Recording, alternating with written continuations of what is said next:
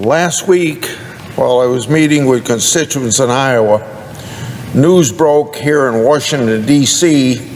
about Assistant Special Agent in Charge Tim Tebow's retirement. Since May 31 of this year, I've highlighted Tim Tebow's partisan bias and how it infected major FBI investigations. That included a July 18th letter of this year that highlighted his role in opening a criminal investigation into Trump's campaign and advisors. That investigation is the electoral investigation that's been in the news. For example, on July 26th of this year, the Washington Post reported on that very same Trump investigation. Now, however, the Post failed to note that Tebow was a prime mover in opening it. Now get this, the Post failed to note that Tim Tebow predicated the investigation in a substantial part on liberal news articles as well as information derived from a liberal nonprofit. Then Attorney General Garland and Director Wray approved a full investigation anyway, which, as we all know, was contrary to standard procedure for moving ahead on an investigation. That Washington Post article occurred one day after I made the Trump investigation letter public, and one day after I made the July 25th Hunter Biden investigation letter public. Since Tim Tebow's exit from the FBI, I've noticed more news articles and reporting that hasn't been accurate with respect to the allegations that I've made public. Let me take this opportunity then to correct the record with respect to that inaccurate reporting.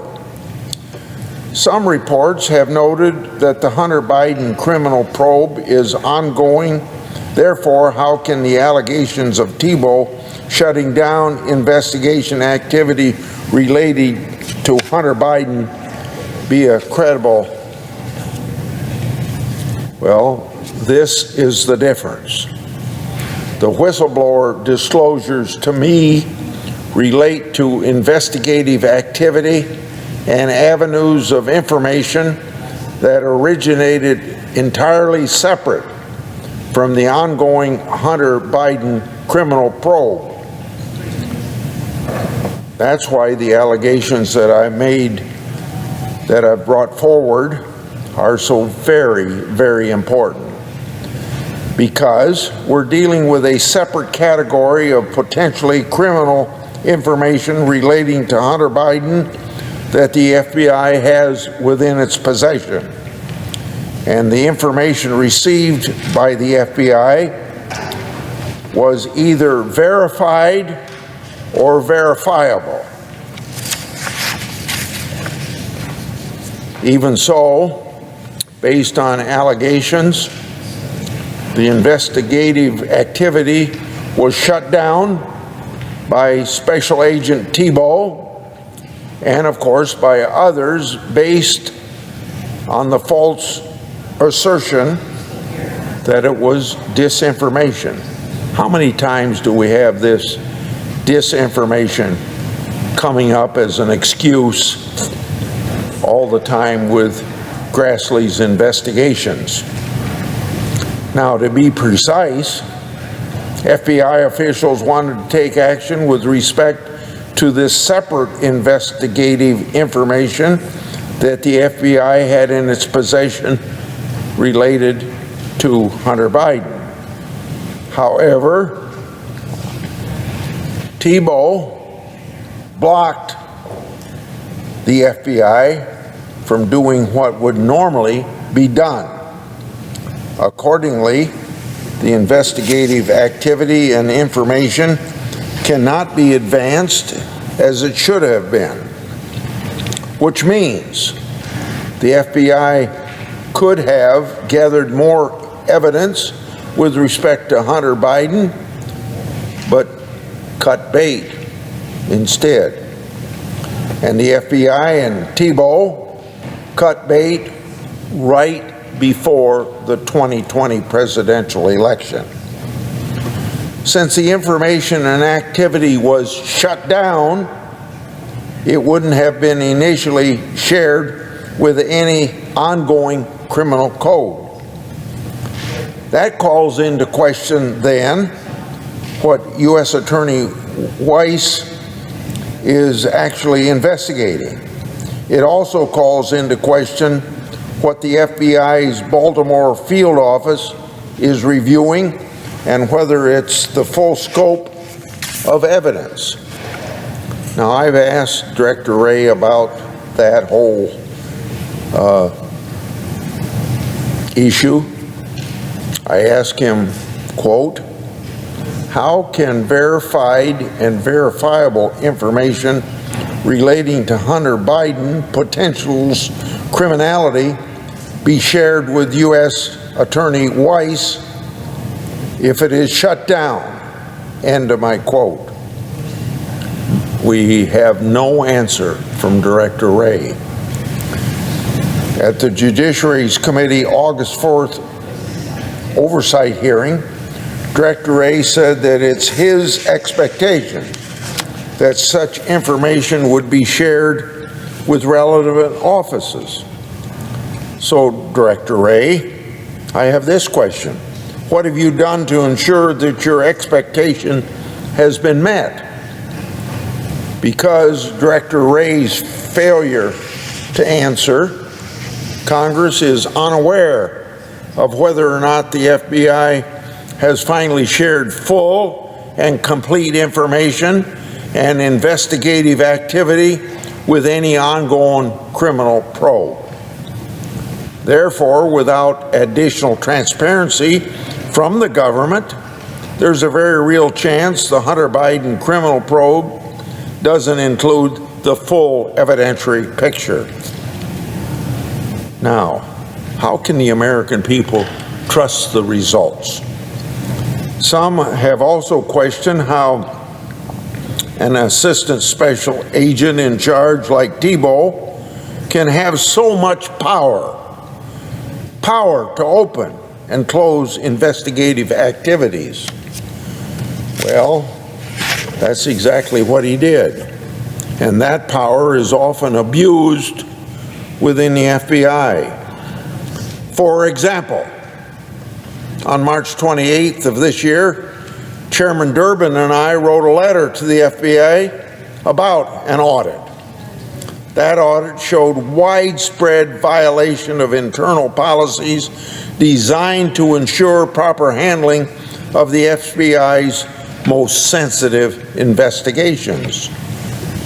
To read from my letter with Chairman Durbin, quote, "The FBI reviewed 353 sensitive investigative matters, just under half of all such matters that were pending during this 18-month review period, and identified 747 violations," end of quote.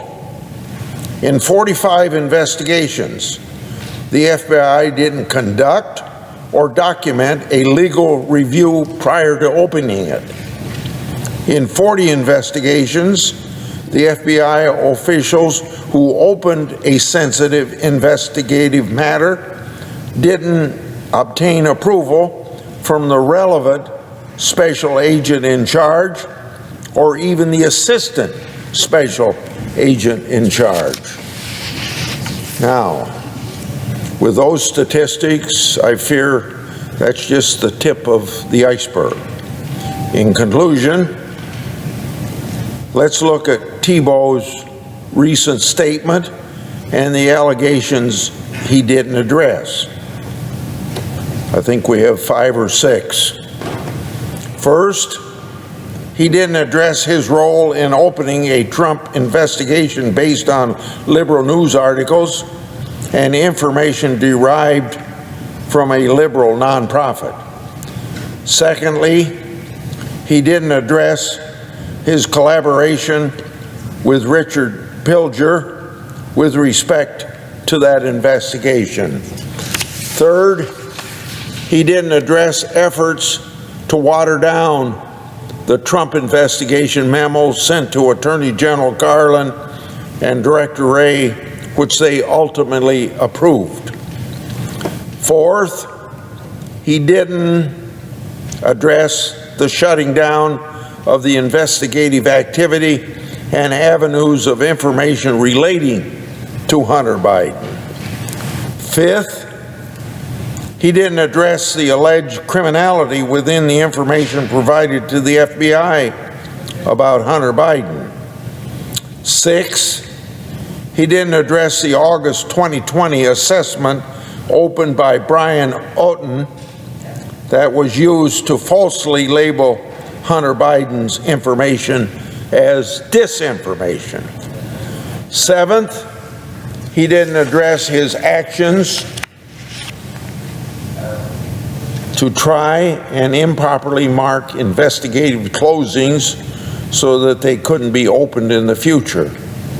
Lastly, Thibault said that he, quote, welcomes any investigation, end quote, into allegations against him. Well, Mr. Thibault, come on in. Sit for a transcribed interview with me and my colleagues. I yield the floor.